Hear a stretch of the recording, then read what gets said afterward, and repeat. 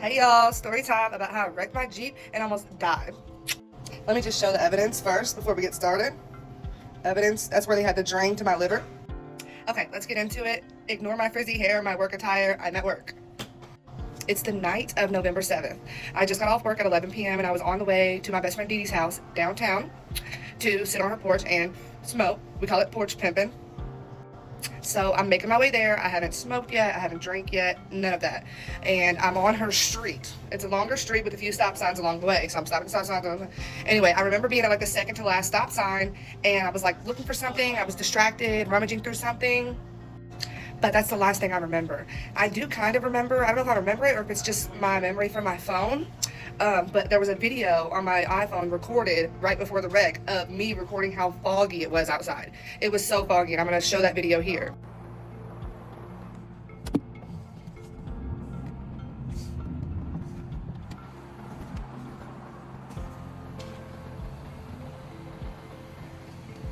So I'm thinking that had a part in why I wrecked, but it was me versus an LG&E pole.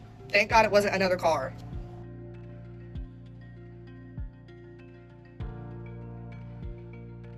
So fade to black, and then boom, the wreck happens. I'm waking up.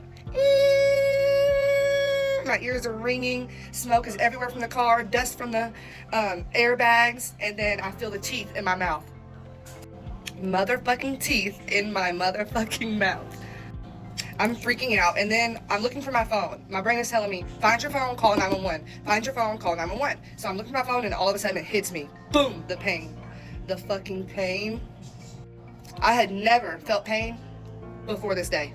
I have never, ever, ever felt pain before this day, and I've been through so much shit. Opiate withdrawal, fucking getting my ass beat by men. Like, I've been through so much fucking pain, and nothing will ever compare to internal bleeding.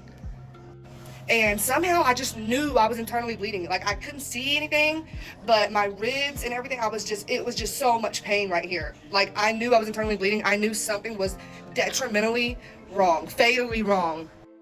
So now, not only is the pain setting in, but the fact that I can't find my phone is setting in. I can't dial 911. I'm gonna die here. So I use all the strength inside of my little body, and I get out of the car and I start yelling my best friend's name. Dee Dee! Dee Dee! I'm screaming, Dee Dee! For all, like literally screaming for my life. And I knew she'd be on the porch because she's always on the porch, you know, and next thing I know, I see her. She's running down the road to come help me. We're locked in like that. She knew something was wrong. I'm like, Dee Dee! And she heard me. So anyway, she comes down and she opens my car. She's like, what happened? I'm like, call 911 right now. Call 911 right now. We call 911. We call my mom. I tell my mom, I'm like, Mom, I wrecked my car. I can't believe I wrecked a car. My teeth are gone. I truly thought my teeth were gone, y'all. So the ambulance and the cops take 20 minutes to get there. We call them over and over and over. At this point, my other best friend's there and her baby daddy's there. So it's my two best friends and the baby daddy.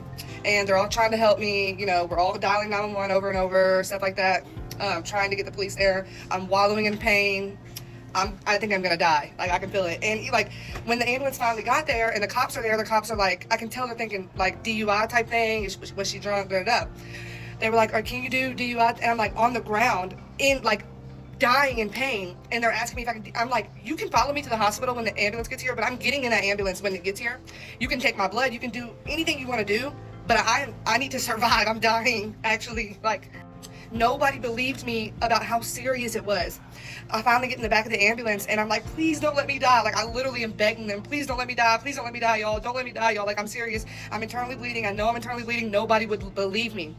And even my friend's baby daddy was like scoffed, like, you're not gonna fucking die. Like, like I was in the back of the ambulance and I see him doing that, like laughing at me.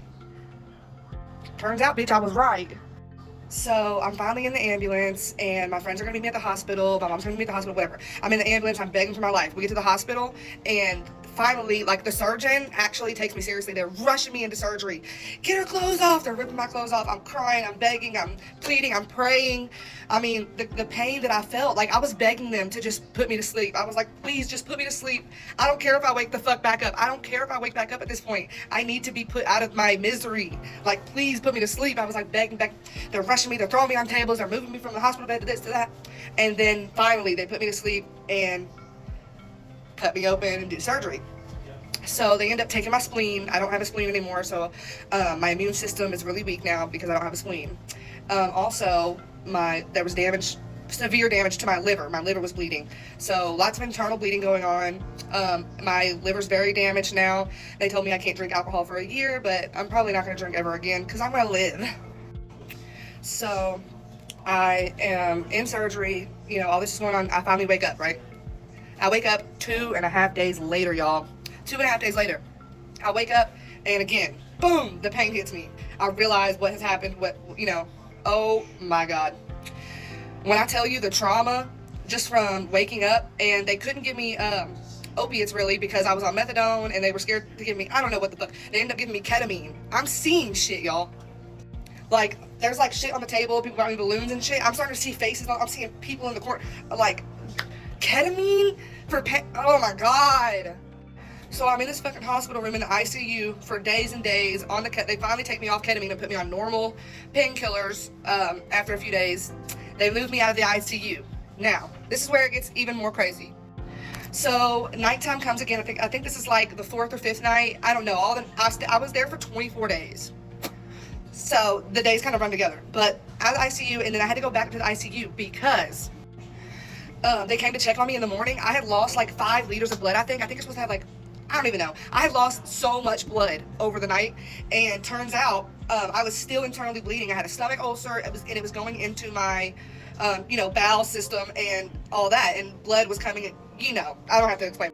Anyway, so I'm in the ICU for 4 or 5 more days. They move me back down again. At this point, I think I actually was making progress. I'm going to insert a video or a picture of what my scar looked like when I woke up from my coma, my 2-day coma. I know I'm like a horrible storyteller and I use a lot of filler words, so if you're still here at this point, thank you so much for listening. It means the world to me. I think I want to go into detail, like in another TikTok, about the dreams, the vivid dreams I would have after this traumatic wreck. I've never experienced anything like it.